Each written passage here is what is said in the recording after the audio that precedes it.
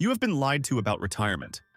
Not maliciously, not by any single person with bad intentions, but systematically, repeatedly, and in a way that has caused millions of people to either delay retirement far longer than necessary or spend their working years in a state of low-grade financial panic that never quite goes away. The lie sounds like this: you need $1 million, or $2 million, or some number so large and so far from where most people actually land that it functions less like a goal and more like a sentence. And here is what makes it particularly cruel. The people telling you that number are often not wrong in a technical sense. They are just answering a different question than the one you are actually living. Because the real question, the one that matters for the actual human beings navigating actual retirement right now, is not how do I build an infinite money machine that runs forever regardless of what I do. It is something much simpler and much more achievable than that. It is this: how do real people, ordinary people with ordinary savings, actually make retirement work? And the answer to that question looks nothing like what the financial internet wants you to believe. Here is the number that should reframe this entire conversation. According to the Employee Benefit Research Institute, only about 7% of Americans have more than $500,000 saved for retirement. 7%. Which means the vast majority of people currently retired, the ones you see at the grocery store, at the early bird dinner, at the park on a Tuesday afternoon looking perfectly content, got there with less than $500,000 in savings. And most of them are fine. Not wealthy, not living in luxury, but genuinely, sustainably fine. So either retirement requires far less than the financial media suggests, or there are mechanisms at work that almost nobody explains clearly. The answer, it turns out, is both. And once you understand how retirement actually works for real people rather than financial planning spreadsheets, the number you need stops being terrifying and starts being something you can actually build toward. Before we get into exactly how they are doing it, if this is the kind of content that replaces financial anxiety with actual clarity, hit subscribe. We do this every week. No sponsored products, no affiliate links, just the real picture. Now let's get into it. Meet Carol, 68 years old, retired 3 years ago from a career in hospital administration in a mid-sized city in the Midwest. She has $480,000 in a mix of index funds and a small pension. She owns her home outright, paid it off 2 years before she retired. Her monthly expenses run to approximately $2,200, and she is, by every measure she uses to evaluate her own life, comfortable. Not rich. Comfortable. She takes one trip a year. She eats out twice a week.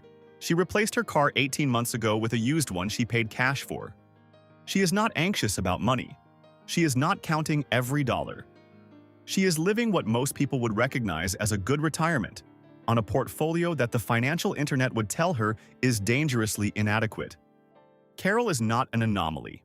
She is the norm. And the reason her retirement works starts with understanding the single most important and least discussed retirement income mechanism in America. Social Security is doing more heavy lifting than almost anyone admits publicly. The average retired American receives approximately $2,100 per month from Social Security. In a married household where both partners worked, that number can reach $4,000 a month or more in combined benefits, arriving reliably, inflation-adjusted, for life. Carol receives $1,900 a month. That covers her mortgage-free housing costs, her utilities, her groceries, and her insurance with room to spare. Her investment portfolio, the $480,000 that the retirement calculator said was not enough, is not funding her life. It is funding her margin. The vacations, the car, the occasional splurge. The buffer that makes everything feel stable rather than precarious. But here's where it gets interesting. The second reason real retirement works is one that the competitor videos always underestimate: the income stack. Retirement income for most people is not one thing. It is 3 or 4 things arriving simultaneously, none of which individually covers everything, but together create a foundation that changes the entire math. Social Security is the base, but sitting on top of it for many retirees is a part-time income. Not because they have to work, but because they want to. Research from the Employee Benefit Research Institute found that nearly 30% of retirees do some form of paid work in their first 5 years of retirement. Carol teaches 2 continuing education classes at the local community college. 12 hours a week, $1,500 a month. She does it because she enjoys it, because it keeps her connected to people, and because that $1,500 means her investment portfolio almost never gets touched for ordinary expenses. It just sits there, growing. Then there is the third layer that almost nobody factors into retirement planning conversations: the paid-off home. Carol has no mortgage payment. In a country where the average mortgage payment now exceeds $2,000 a month, being debt-free on your home at retirement does not just reduce your expenses, it restructures the entire retirement equation.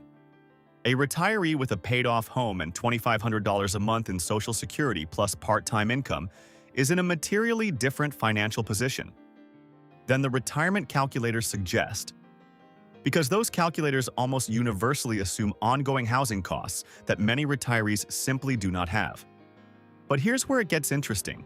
The fourth mechanism is the one that makes financial planners uncomfortable to discuss: flexible spending. The 4% withdrawal rule is a planning tool, not a behavioral reality. It assumes perfectly consistent annual withdrawals adjusted mechanically for inflation regardless of market conditions. But real people do not behave that way.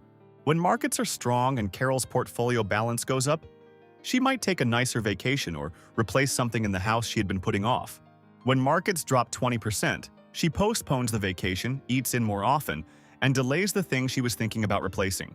That natural human variability, the instinct to spend more when things feel good and pull back when they do not, is not a flaw in the retirement plan. According to research from Vanguard's retirement income modeling, dynamic spending strategies that flex with market conditions can support withdrawal rates significantly higher than the rigid 4% rule while maintaining similar portfolio survival rates over 30-year periods. Carol does not think of this as a strategy. She thinks of it as common sense. You see your account went up. You feel comfortable spending a bit. You see your account went down. You feel less comfortable. You adjust.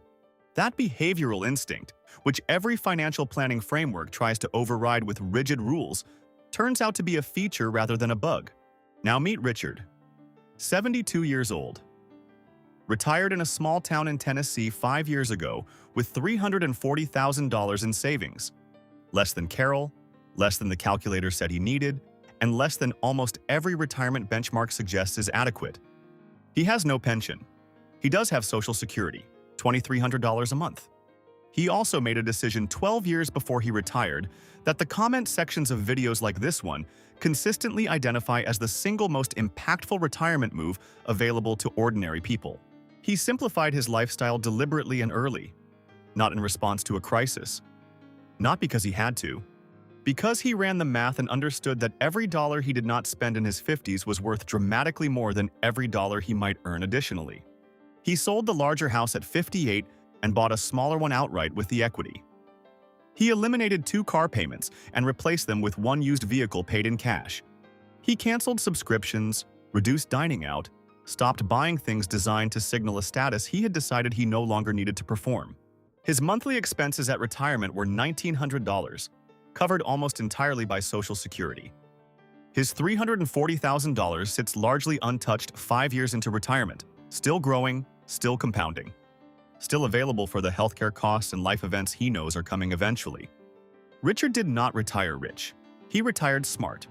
And the difference between those two things is the entire gap between the retirement the financial internet sells and the retirement most people are actually living. But here's where it gets interesting. There is one more retirement reality that the competitor scripts never address honestly.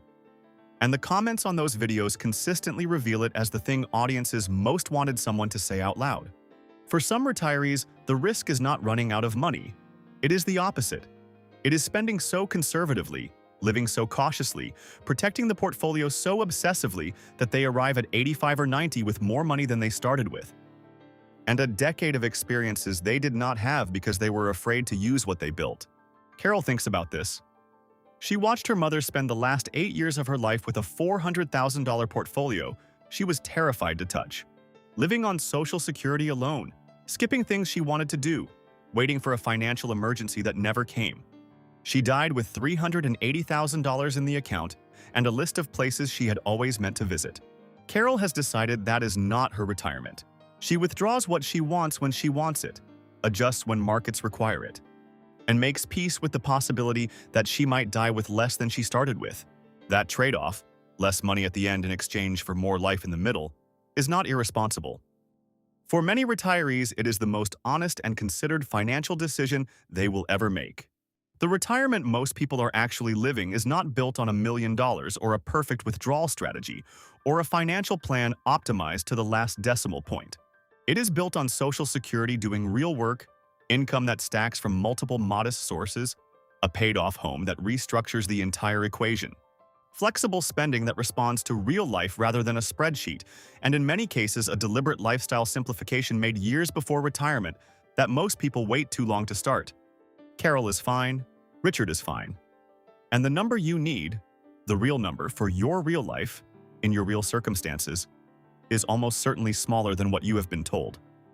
But here is the question that nobody asks after they figure this out. If the lifestyle simplification is this powerful, if spending less in your 50s creates this much freedom in your 60s and 70s, why do most people wait until they have no choice? There is a specific answer to that question. And it has everything to do with the one financial identity most people are not willing to let go of until it is almost too late.